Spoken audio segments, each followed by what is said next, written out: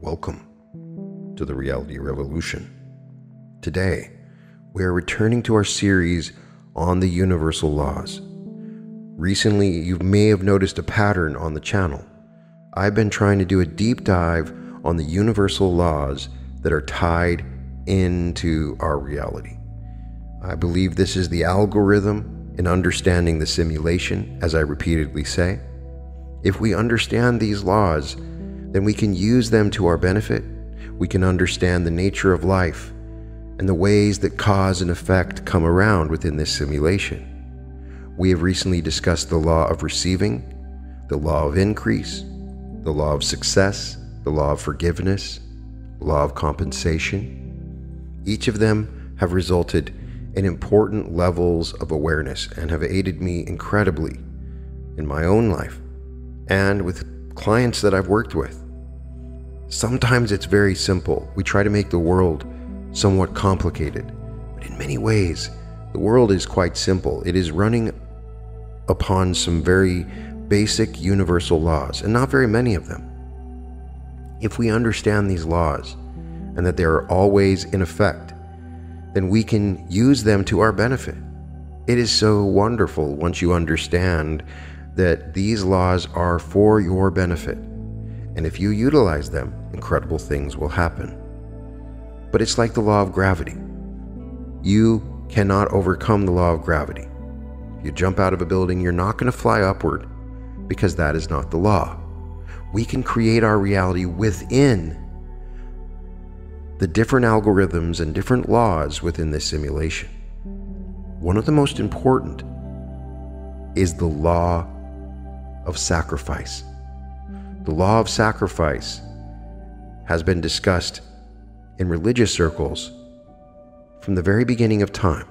When we first see Moses, in many cases and in many places, they refer to the law of sacrifice as the law of Moses. In the Bible, the law of sacrifice is an offering which presents divinity by way of expiation or propitiation, or as a token acknowledgement or thanksgiving to immolate on the altar of God in order to atone for sin, to procure favor, or to express thankfulness. All in all, there is no success without sacrifice.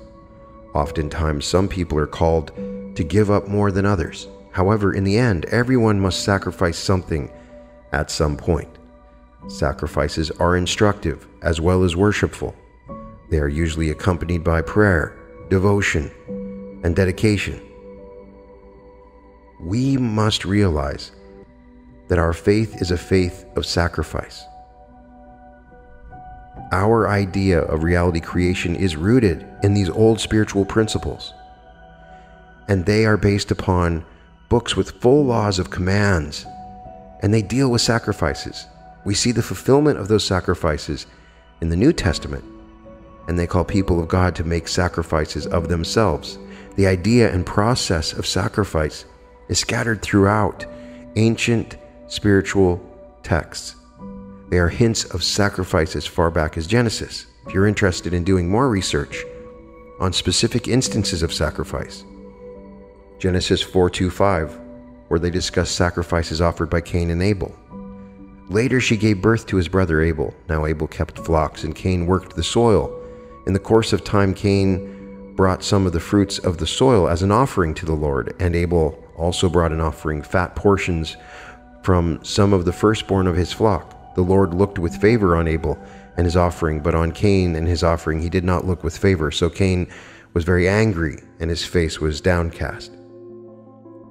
Here we have an example of two different sacrifices and the nature of them. In Genesis 8:20, the sacrifice offered by Noah. Then Noah built an altar to the Lord, and taking some of the clean animals and clean birds, he sacrificed burnt offerings on it. So we get a lot of animal sacrifice in the Old Testament. And I've heard many different spiritual leaders and different ministers tell me that the New Testament is sort of the end of all that sacrifice. That Jesus made the ultimate sacrifice, so those other sacrifices didn't need to be made. But if we take the teachings of Neville Goddard, we know that these things are symbolic. They represent ideas, movements, and states within your mind, as it is a biography of you. The law of sacrifice in the Bible doesn't specify a particular code of sacrifice. However, throughout the books one will find the burnt offering, the guilt offering, the sin offering, and the peace offering. Even though there aren't real guidelines, we know that there is some significance associated with the respected offering. There's evidence when you read the story of Cain and Abel. God didn't think their sacrifices were equal. To truly live out the law of sacrifice, it would be putting the infinite creator, the one creator, before all other things. That's the sacrifice that we're making. We're sacrificing to the oneness. We're sacrificing our own consciousness to the oneness. And the more we do that, the more we enter into this God-level state. Sacrifice allows us to learn something about ourselves, about what we're willing to offer the universe, the oneness, the creator as a whole. As Jesus, according to his story at least, would have made the ultimate sacrifice. We sing, "Sacrifice brings forth the blessings of heaven." This is a true principle I have found when I sacrifice my time, my love, and a variety of other things. This sacrifice always comes back to me. One great book that I recommend you read is The 21 Irrefutable Laws of Leadership by John C. Maxwell. And he has, as one of those 21 irrefutable laws, the law of sacrifice, particularly in forms of leadership or running companies. He explains that as you rise in leadership, your responsibilities increase as your rights decrease. Think about it. Can you expect your employees to work long hours, give up their vacation time, or stay focused around the holidays if you as their leader aren't willing to do those things? It's your job as their leader to embody the qualities you want to see, and chief among them is dedication. There's no more significant way to show your commitment to the company than through the law of sacrifice. Maxwell writes about the 4 critical aspects of the law of sacrifice. 1, there is no success without sacrifice. If you think about life's great achievements, graduation, marriage, career, each comes with an equally enormous amount of sacrifice. Even the most successful people we can think of, such as athletes or celebrities, must put in long hours and give up the luxury of living a normal life to get where they are. Secondly, leaders are often asked to give up more than others. Maxwell writes, "The heart of leadership is putting others ahead of yourself. When you have no responsibilities, you have total freedom to do whatever you want. However, the higher you climb on the leadership ladder, the more responsibilities you acquire and the more sacrifices you must make. Third, you must keep giving up to stay up. Short-term sacrifices are easy to justify. People are willing to put in long hours if it means they'll get a quick promotion. However, to continue moving up the ladder, you must continue to make sacrifices." As Maxwell says, leadership success requires continual change, constant improvement, and ongoing sacrifice. 4, the higher the level of leadership, the higher the sacrifice. No matter your industry or career path, increasing leadership increases sacrifice. You must be prepared to give up your free time, your family time, and sometimes even your salary to maintain the success of your company and its employees. And that's just an example of a corporate environment. The question to ask yourself is, are you sacrificing enough for the reality you want to create? Well, in that regard, I wanted to read some more of Raymond Hollowell and his beautiful book, Working with the Law. We've covered a number of chapters from this book so far, and he wrote a chapter on the law of sacrifice. "Strait is the gate, and narrow is the way which leadeth into life, and few there be that findeth it." Matthew 7:14. Every man should have an ideal or a hero. If there is one who has none and desires none, do not trust him too far. A man who has no ideals does not wish to be any greater than he is, and will in time prove a detriment to others. Abraham Lincoln is the ideal hero for the American youth, and that applies to any youth from 6 to 60 or over. Lincoln came from the lowliest and poorest of stock, and yet rose to the highest office in the land that we as a people can bestow. There's hardly a boy or a man today who cannot say that he has as many or more natural gifts and opportunities than Lincoln had. He was plain and honest, and determined to get along in his world. He had many faults, like all of us. He would rather rest his lanky body in some comfortable position and proceed to tell yarns than to do any work. He was neither as polite nor as polished as his wife wanted him to be. He had but a few dollars in his pocket when he moved into the White House as our president. But money does not make a man. Polished manners do not make him. Even education does not make a man whose soul is small. Abe's soul began to grow from the seed of thought that was placed in his mind when yet a small lad by his mother, who made it a point to teach him that she could when she was able. One day Mrs. Lincoln became very ill, and knowing that she was dying, called her family around her bedside, then placed her feeble hand upon little Abe's head. She said to them, "Be good to one another." She expressed the hope that they live as she had taught them, loving their kindred and worshiping God. She had done her work and stoop-shouldered, thin-breasted, sad at times, most miserable, without prospect of better conditions on earth, she passed away. She may have dreamed, but little realized the grand future that lay in store for the ragged, hapless boy who stood at her side. Though Abe was quite young at her passing, he never forgot his mother. She taught him a lesson that he carried with him through life. She taught him that the beginning of wisdom is not imposed by discipline, but the beginning of wisdom is first the desire for discipline, the love of it, the voluntary choice of it. Thus he learned that discipline is the high road that leads to everything that makes life worth living. Go to a concert or opera today and listen to the voice that captivates the music lovers who hear it. Voices of such artists as McCormick, Lily Pons, Thomas, Eddie, MacDonald, Moore, and your favorites that you can name. How do they ever happen? They do not happen, granted that they may be especially gifted, but those final magical results come not by chance or accident, but from discipline. Discipline that is consciously chosen, ardently desired, and patiently persisted in.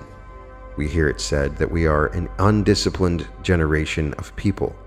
This, however, is not true. In every realm of life, we enjoy the fruits of disciplined research and toil, with results far greater than our forefathers ever dreamed.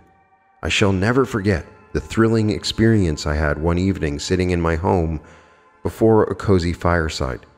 The radio was beside my chair, and I casually reached over, turned it on, and selected a prominent station. To my keen surprise, I heard a voice calling Richard Byrd in the Antarctic regions at the South Pole. I then heard the commander tell of the hazards and difficulties that they had met the day before as they unloaded supplies and hauled them to their new home. Little America over the slope of broken ice and drifted snow. Had he written a detailed report and sent it by letter, it would have taken months to reach us. Yet here, in less than a second, his voice vibrated through the air, and I, like many others, heard him before the happenings of the day. The old miracle workers never dreamed that such as this could happen. Happen, that is not the word. Discipline. That is it. It was painstaking, scientific, technical discipline that produced such a result. We are not an undisciplined generation in any realm except one. That is in our morals, in science, in art, in athletics, in any practical endeavor. We know the worth of discipline. Yet we let ourselves go. We must have our fling. We unleash our instincts and throw off restraint. It is the denial of discipline that characterizes much of our moral life. Men everywhere are awakening to the necessity of disciplining their thoughts and acts. We train domestic animals carefully. We harness the forces of nature to serve us regularly and well. And yet when it comes to ourselves, the most valued of all, we let our thoughts run wild. No one can attain his ambitions until he learns to discipline his mental force and is able to control his thinking. No one can be truly religious before his mind is in order and his ideals are brought in harmony with the divine mind. No one can gain wisdom and understanding of life except that he seeks it in God's appointed way according to the law. First, let us note one simple fact. Something always has to be sacrificed for something else. Everything in life has its own price and is ever up for sale. We have to purchase it at the price it demands.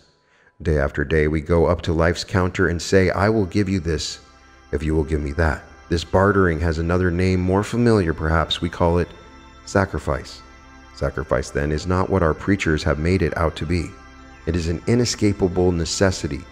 It is a definite law that we must obey. We are sacrificing every day of our lives, whether we want to or not, whether we know it or not. No matter what we want of life, we have to give up something in order to get it. From one of the master's sayings, the modern mind shrinks back and tries to avoid. Strait is the gate, and narrow is the way which leadeth unto life, and few there are that findeth it. How we dislike to hear such words. We are through with narrowness. We say we are more liberal today. We want the broad open ways. We claim our freedom and declare there is no need for us to be so narrow. We will not go through the small and narrow way. Yet there are few statements that Jesus uttered that are more accurate and complete than that one. No man will ever find the richness of life in any realm by loose and casual wandering. Always he will have to go down a narrow way and through a straight gate called discipline. Go hear Chrysler play his violin and listen to music that is almost divine. Watch the skilled surgeon at his delicate task of repairing a broken body, that it may hold its life a little longer for the soul to grow stronger. Consider the scientist in his laboratory with his scientific formulas. Remember George Eliot saying that she was a young woman when she began Romola, but an old one when she finished it. Or think of Admiral Byrd flying over the South Pole and talking to us about it by means of radio. Are such experiences life? Indeed they are. Liberated life of an attained achievement, the most satisfying sort of living man can ever know. But strait is the gate and narrow is the way of discipline that leads to such a life. When this law of sacrifice is carried over into the moral realm, it is commonly presented one-sided. We are taught that if we want to live a good life, we have to give up so many pleasures. How familiar that sounds to some of us. The result is that we rebel, and we think of sacrifice. We think of the ones who have had to give up so much pleasure for goodness. Who are some of the great sacrificers in history? Well, there was Socrates, who drank the hemlock. There was Jesus, who was crucified on the cross. There was Paul, who was beheaded. There was Peter, who was crucified upside down. There were Luther and Wesley and Calvin, all religionists. There were Livingstone, Nightingale, and scores of others. But think for a moment, are they the ones who made the most terrific sacrifices? We speak of the supreme sacrifice of Jesus upon the cross. We read of the martyrdom of Saints Peter, Paul, and John. But what about Judas Iscariot? Think of what he had a chance to become. Think of the companionship he once possessed and the place he might have occupied. Think of what he threw away. Think of what he got for it. I say to you, the cross was not a sacrifice to be compared with what Judas paid. For but 30 pieces of silver and utter disgrace he cast aside the richest opportunity of any man in all history. A youth who had disdained discipline, had cast aside restraint, and had his fling, wrote as he sat behind prison bars, 1,000 times I paid in full for those few hours. This young man and his nephew, a few years his junior, had attended a revival meeting in a town not far from me, and on their way home they argued the question the minister had talked about at the meeting. The argument grew into angry words, and when they reached home this anger had been fanned to a murderous heat. The younger man went to his room and got a gun and shot at the uncle. The uncle in turn wrestled for the gun and turned it upon the youth and killed him. I say this is costly living. We should take this earnestly unto ourselves and realize how the word sacrifice touches every one of us. A man called at my office seeking help in a very serious problem. He had a fine home, a lovely devoted wife, and 2 splendid children. It is true that the wife had taken up much of her time with the children, and the husband was going out to his club and social affairs alone. He had met another woman and thought he was in love with her. This was his problem. What about the family and the home? There's only one answer. It is not for me or any mortal to decide. The law will determine it for you.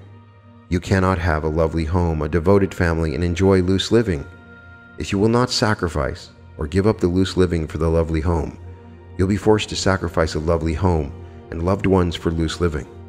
You cannot enjoy the satisfactions and pleasures of a true friendship and indulge in a bad temper. If you will not sacrifice your temper for friendships, you will sacrifice your friendships for a bad temper. One cannot have a sterling character that friends will respect and trust and resort to crooked practices if he will not give up his crooked ways for trustworthiness. He will have to sacrifice his trustworthiness for crookedness. You may ever be sure of this, no matter how far you may go before the rope gets tight, no matter how wild or how lax you may live, even though you think you are getting away with it, and you cannot fool the law. Something always has to be paid for something else. All fine living, all success and happiness is like fine art. You must choose the spiritual beauty to be created and desired, then go the straight and narrow way to gain it. For the beginning of wisdom is the first, the desire of discipline. Some say, then, that if you want to enjoy the pleasures of life, this means that your freedom is impossible. It means, on the contrary, that you, who think this, have not found what real freedom is. This reminds me of a drunkard who is giving a stump lecture to the amusement of a few on the subject of freedom. He declared he wanted his freedom, and he had a right to drink all the liquor he wanted, and no government could stop him. He was having his freedom, and yet he was so drunk, he did not know what he was saying or doing. Freedom is not living an obsessed, undisciplined life. Freedom is in being able to control your life and in making it what you want it to be. If you wish to become a skilled athlete, an efficient teacher, an expert lawyer, or a beautiful singer, the beginning of such success is first the desire for discipline of your time and thought. If you want that rich, radiant, and worthwhile specialty in living life, the rule is just the same. An undisciplined life is an insane life. We must pull ourselves together around high ideals of clean, serviceable, and effective living under the highest leadership we know, or under the teachings and the example of a master. The highest example of a master is the Christ. In all his work and teachings, he proved that discipline, self-control, and self-mastery ever precede wisdom and achievement. Mrs. Lincoln had taught his words to little Abe, and it was because Abe grew into manhood and sacrificed his life of laziness, looseness, and careless meanderings for the straight and narrow way of a disciplined life of principle and honesty and justice that caused him to become a great soul. It was the law of sacrifice working through him that enabled him to become the president and savior of a great nation. Evidence of this greatness was seen in his work at Washington. During the war, a young Vermont boy whose name was William Scott was sentenced to face the firing squad for being found asleep at his post. Now, it wasn't Scott's post, but that of his buddy, whom he had relieved when he became ill. Double duty was too much for Scott, so he fell asleep. He was so well liked by all that his captain and friends appealed his case to the president. Lincoln decided to go chain bridge and handle the case in person. He went to the camp and talked to Scott. Scott said he was the kindest person he had ever met. He said the president had asked him about his home, the farm, his friends, and lastly, his mother. He said he was glad he could draw a picture of her out of the bosom of his shirt and show it to him. Mr. Lincoln told him how thankful he should be to have a mother, and how he should make her proud mother, and that he should never cause her another sorrow or tear. Scott thought it very strange that he did not speak of his fate in the morning, strange that he should advise not to cause his mother another sorrow or tear when he was about to die. Finally, he mustered up his courage and asked the president if he would grant one favor, namely, that he would not have to face his friends, but that a firing squad be drawn from another company. Mr. Lincoln wheeled about and facing Scott said, "My boy, you are not going to be shot tomorrow. I'm going to trust you and send you back to your friends, as I have been put to considerable trouble to come up from Washington. How are you going to pay the bill?" The boy stammered his gratitude. He suggested he could send him his savings. He could borrow money by mortgaging the farm. His friends would help too. And there was all his army pay. Then Mr. Lincoln put his hands on the boy's shoulders, and looking sorrowfully into his face, he said, "My boy, my bill is a very large one. Your friends cannot pay it, nor your bounty, nor the farm, nor your comrades. There's only one man in all this world who can pay it, and his name is William Scott. If from this day William Scott does his duty, so that if I were to be there when he comes to die, he can look me in the face as he is now doing and say, 'I have kept my promise.' then my debt will be fully paid. William Scott kept that promise. He had learned the secret that Mr. Lincoln's mother had taught him when a boy. It was this law of sacrifice, and that the beginning of such wisdom was the desire and love of discipline, that it was the straight and narrow way that led to the high road of everything that makes life worth living. It was the road that led Mr. Lincoln to the White House. It was the road that leads back to the Vermont hills, to home, to happiness, and to mother. It is the road for all who persevere and find it. It is the road that Jesus followed to triumph and mastery.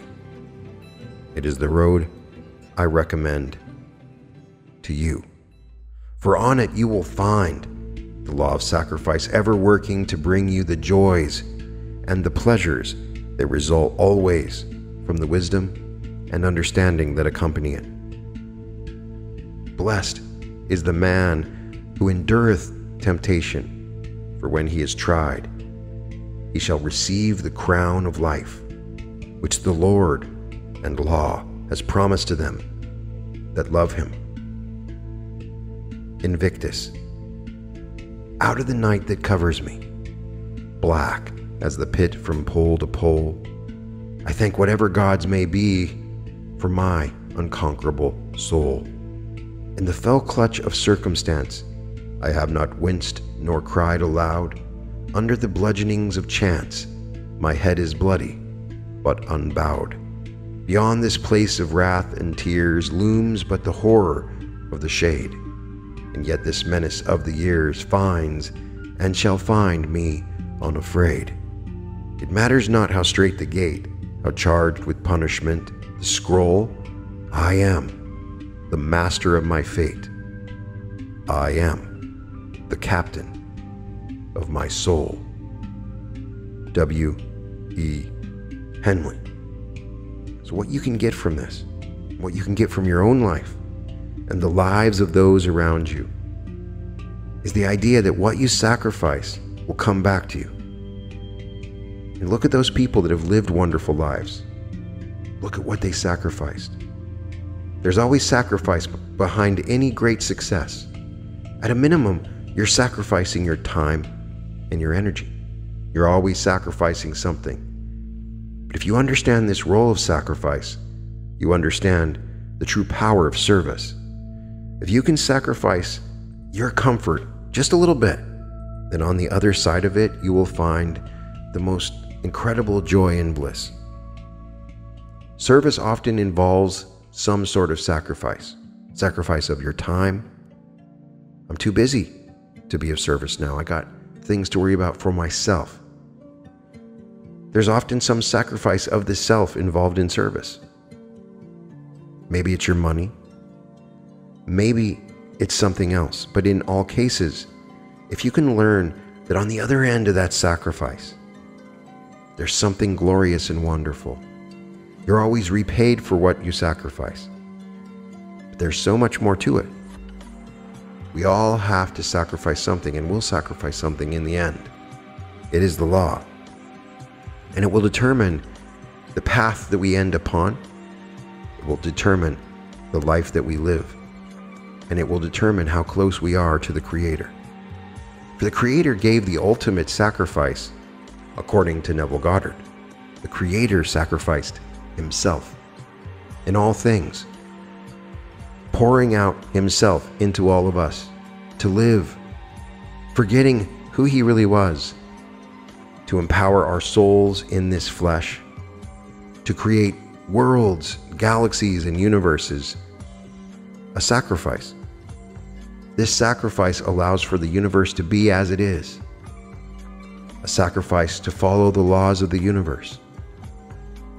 And I wish to be like God, to sacrifice, to radiate, to sacrifice my energy, time, and love. For I am excited to see the other end of that sacrifice now that I understand the law of sacrifice. You can find all episodes of The Reality Revolution at therealityrevolution.com. I'd love it if you checked out my art. You can find it at www.newearth.art. I'm sending all my light and all my love to you. And welcome to the Reality Revolution.